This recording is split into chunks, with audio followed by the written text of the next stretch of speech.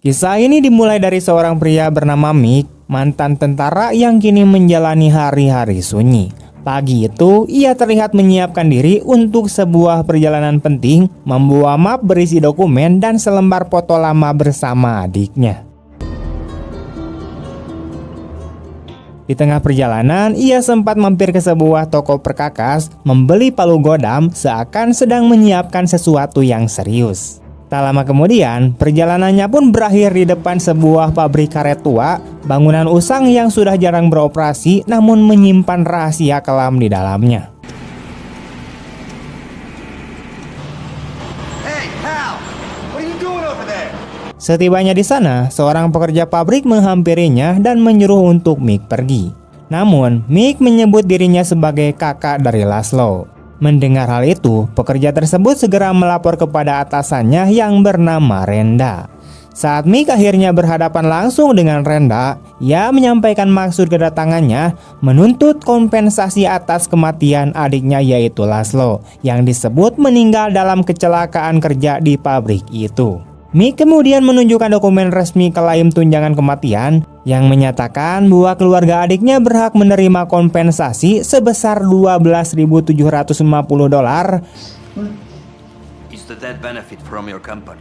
Namun bukannya memenuhi kewajiban, Renda justru menertawakan dan menghina Mick. Meski direndahkan, Mick bersikeras tidak akan pergi tanpa membawa uang kompensasi. Renda yang marah kemudian memerintahkan anak buahnya untuk menyeret Mick keluar dan menghajarnya. Get him the fuck out of here! I just want what you owe my brother, nothing more. Berbekal pengalaman tempur, Mick melawan dan berhasil melumpuhkan beberapa orang.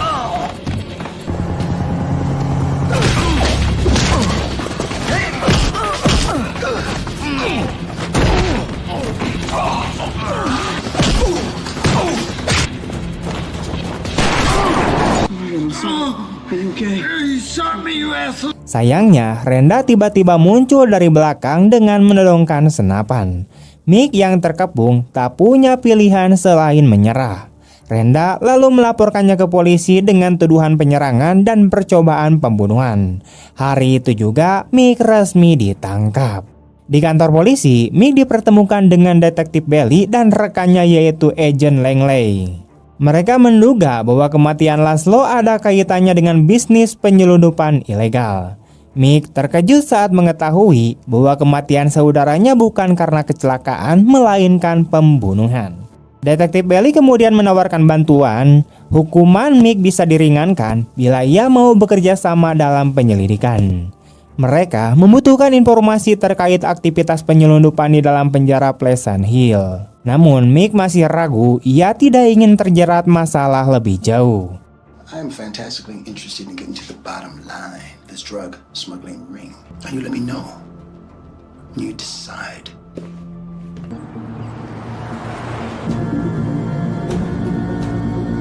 Beberapa waktu kemudian, Mick dipindahkan ke penjara Pleasant Hill, sebuah fasilitas terpencil. Seperti halnya narapidana baru, ia langsung mendapatkan ejekan dan sikap bermusuhan dari tahanan senior. Saat memasuki sel, seorang penghuni memperingatkannya untuk tetap diam dan bertahan bila ingin selamat. Mick bingung dengan maksud ucapan itu. Tak lama kemudian, seorang sipir memerintahkan semua tahanan kembali ke sel karena pintu akan segera dikunci. Back to your cells. Let's go. Malam harinya, Mick dipaksa keluar oleh 3 penjaga malam. Ia dipukuli dengan brutal dan disetrum menggunakan tongkat listrik hingga menjerit kesakitan. Para tahanan lain hanya tertawa mendengar jeritan itu karena sudah tahu Mick menjadi sasaran baru para penjaga. Setelah babak belur, Mick dilempar ke sel isolasi yang sempit dan kotor. Keesokan paginya, Mick kedatangan kepala penjara yaitu seorang wanita yang dipanggil sebagai warden. Tidak seperti bayangan tentang kepala penjara pada umumnya, warden tampil glamor bak sosialita dengan pakaian mahal. Dengan tenang, ia menawarkan secangkir kopi dan mengajak Mick untuk berbincang santai. Namun dalam percakapan itu terselip sebuah ancaman jika ingin selamat, Mick harus menaati aturan penjara atau bersiap menerima hukuman lebih kejam dari yang ia alami semalam. Dari sini Mick sadar bahwa wanita itu berbahaya dan sangat licik. I'm building a better place here. Setelah keluar dari sel isolasi, Mick bergabung dengan tahanan lain untuk sarapan. Di sana ia berkenalan dengan Tek, penghuni sel sebelah. Tek mengingatkan Mick agar tidak melawan karena penyiksaan yang ia alami hanyalah tradisi penyambutan untuk tahanan baru. Saat makan, Mick memperhatikan seorang tahanan yang mendapat makanan berbeda. Bud, salah satu tahanan, menjelaskan bahwa pria itu adalah Bunan, sosok berpengaruh yang bekerja untuk kepala penjara. Mick diperingatkan agar tidak mencari masalah dengannya.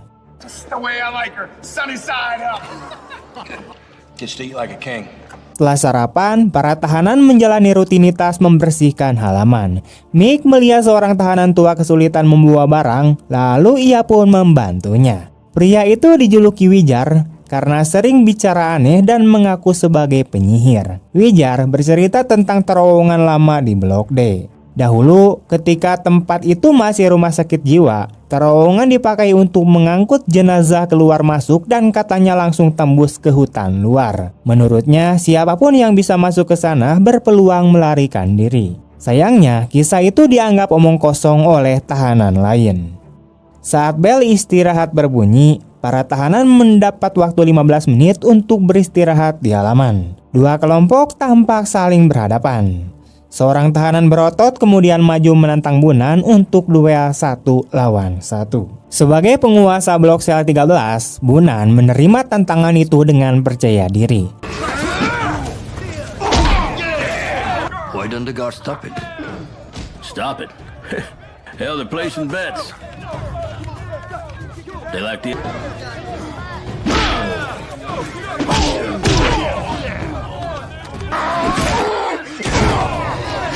Tetapi situasi segera kacau ketika salah satu anak buah Bunan tiba-tiba menyerang dengan pisau. Keributan besar kemudian meledak. Tawuran antar narapidana pun tak terhindarkan. It's getting ugly. I'm out of here.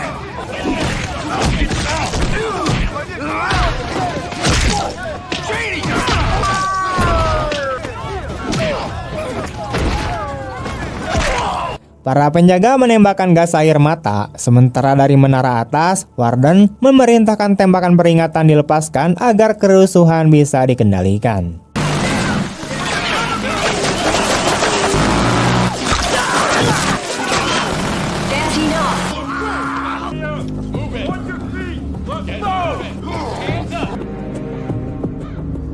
Keesokan harinya, saat Mick bekerja di gudang penyimpanan bersama rekannya bernama Greenhorn, sebuah karung terjatuh dan isinya pun terbongkar. Ternyata di dalamnya tersembunyi barang selundupan.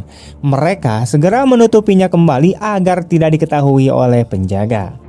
Tidak lama setelah itu, Mick mendapat panggilan telepon rahasia dari detektif Belly. Ia menanyakan apakah Mick sudah memperoleh informasi. Mick dengan hati-hati menjawab bahwa ia menemukan adanya penyelundupan melalui kiriman barang dari perusahaan milik Renda. Mendengar hal itu, Belly berjanji akan mengusahakan pembebasan bersyarat untuk Mick. Namun dari sisi lain, seluruh aktivitas Mick ternyata dipantau lewat CCTV. Warden mengetahui adanya komunikasi rahasia itu dan juga menyadari bahwa Mick ditangkap akibat laporan Renda, yaitu rekan bisnisnya dalam penyelundupan. Marah, Warden mendatangi pabrik Renda untuk memperingatkannya agar tidak bertindak gegabah tanpa seizin dirinya. I don't want you taking care of anything on your own right now. Okay.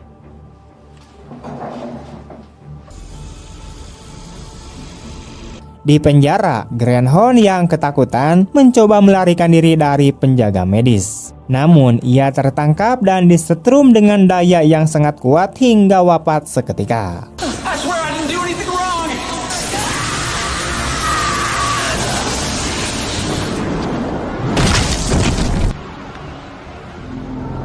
Mayatnya dibiarkan tergeletak semalaman sebelum akhirnya dibawa keesokan harinya. Sementara tahanan lain berangkat sarapan, Mick dipaksa membersihkan noda darah si Greenhorn.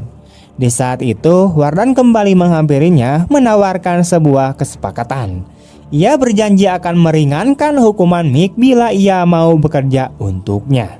Tetapi jelas terlihat bahwa maksud sebenarnya hanyalah untuk menakut-nakuti Mick agar tunduk dan tidak ikut campur urusan penyelundupan. Untuk menjaga stabilitas, Warden bahkan membuat kesepakatan dengan Bunan, sang penguasa Blok 13, agar tetap memegang kendali. Bahkan Bunan yang dikenal bengis pun terlihat gentar menghadapi ancaman Warden.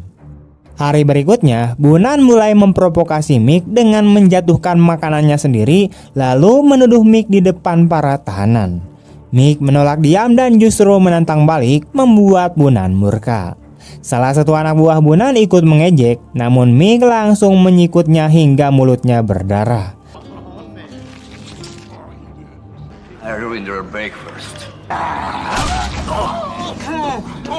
Oh, you think you're funny, old man? I've been looking for you. Tek pun memperingatkan bahwa kini Mick menjadi target Bunan. Benar saja, saat mereka bekerja di gudang, Bunan menyerang Mick. Pertarungan sengit pun kemudian terjadi.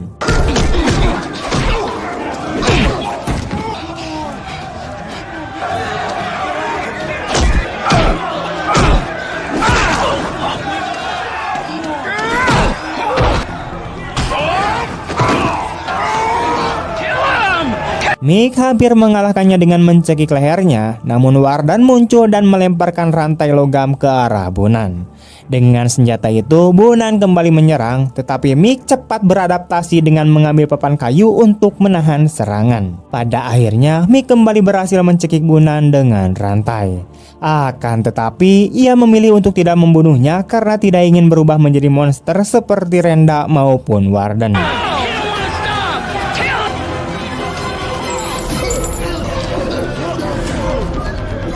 Keputusan itu membuat sebagian tahanan kecewa karena berharap Bunan bisa disingkirkan.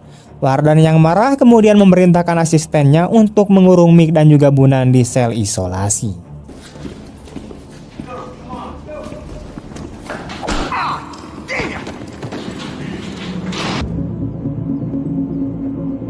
Tidak lama kemudian, seorang dokter masuk ke sel Mick membawa suntikan.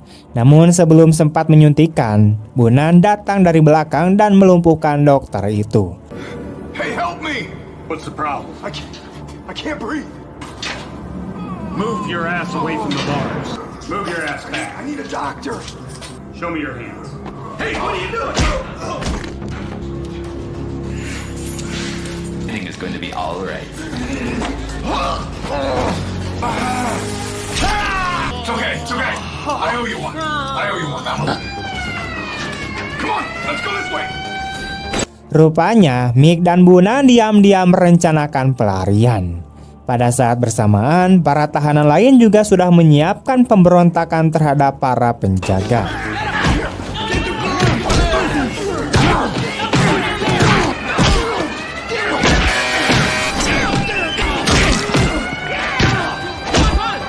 Worthless amateurs. I want them dead now.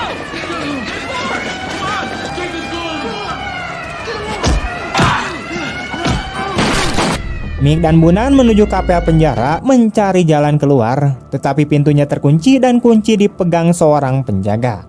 Mereka terpaksa melawannya demi mendapatkan kunci tersebut.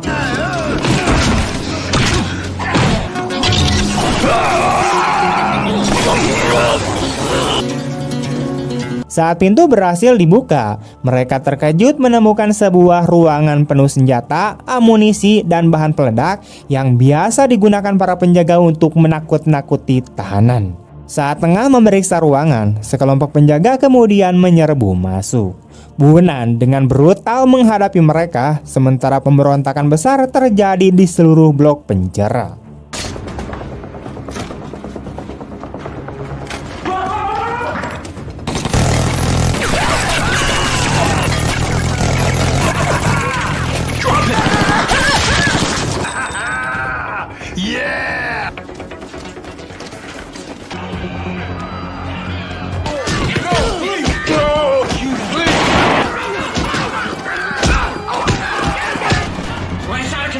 We gotta get out of here now. Warren yang panik berusaha melarikan diri bersama asistennya. Namun demi menyelamatkan diri, ia tidak segan mengorbankan asisten tersebut.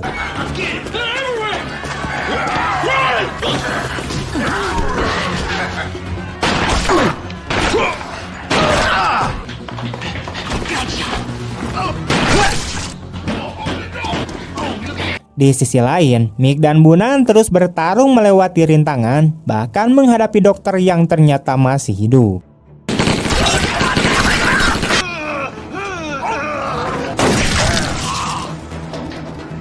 Mereka juga menyaksikan Wijar ditembak mati secara brutal.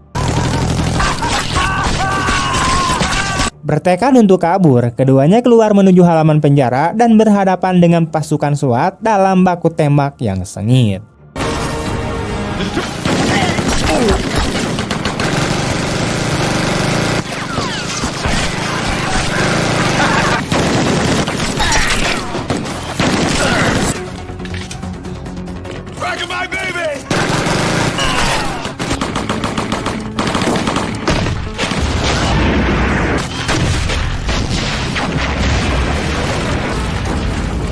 Saat situasi semakin genting, mereka menemukan dua jalan keluar dan memutuskan untuk berpisah demi mempercepat langkahnya. Bunan akhirnya menemukan sebuah pintu tersembunyi yang menuju ke terowongan yang dahulu diceritakan oleh Wijar.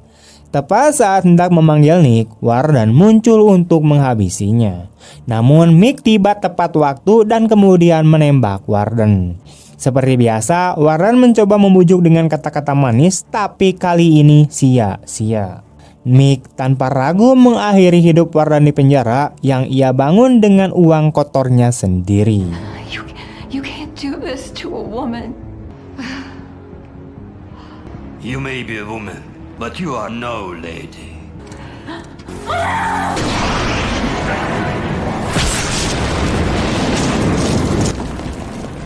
Sementara itu, Tag yang memimpin pemberontakan berhasil bernegosiasi dengan tim SWAT. Ia menuntut agar gubernur dan pihak berwenang datang langsung ke penjara Pleasant Hill untuk membongkar sistem hukum yang korup dan penuh penyiksaan. We got hostages here. Ain't no need for anybody else to get hurt. Di sisi lain, Mick dan Bunan berhasil melarikan diri melalui terowongan menuju hutan. Bunan begitu bahagia merasakan udara bebas setelah sekian lama. Mereka kemudian berpisah untuk menghindari kejaran polisi. Sebelum berpisah, Bunan meminta maaf atas semua perbuatannya di dalam penjara.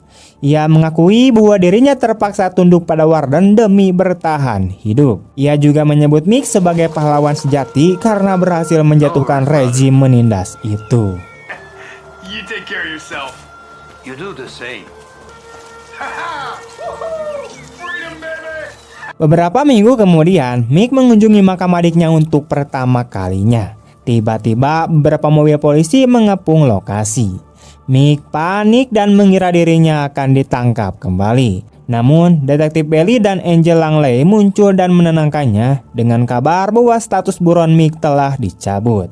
Berkat bantuannya, pihak kepolisian berhasil membongkar sindikat penyelundupan terbesar di Amerika dan gubernur pun setuju untuk menghapus semua tuntutan terhadap Mick.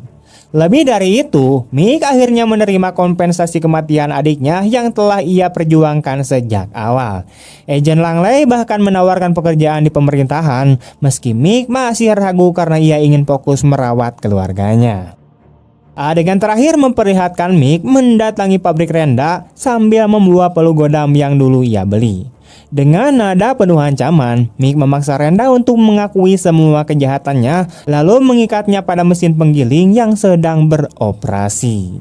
Akhirnya, Renda pun menerima ganjaran dari perbuatannya, dan Mick berhasil membalaskan kematian sang adik. Tamat. Pesan yang dapat diambil bahwa ketidakadilan dan keserakahan selalu berujung pada kehancuran. Jangan pernah menyepelekan keluarga seseorang, apalagi itu seseorang prajurit yang rela mempertaruhkan segalanya demi orang yang ia sayangi. Kekuasaan yang dibangun dari kekerasan, penindasan, dan korupsi cepat atau lambat akan runtuh dengan sendirinya. Pada akhirnya, kebenaran mungkin terlambat datang, tapi ia akan menemukan jalannya dan setiap kesalahan pasti menuntut balasannya. Teman-teman, sekian dulu untuk video hari ini. Terima kasih banyak telah menonton. Sampai jumpa di video esok hari. Terima kasih. Bye.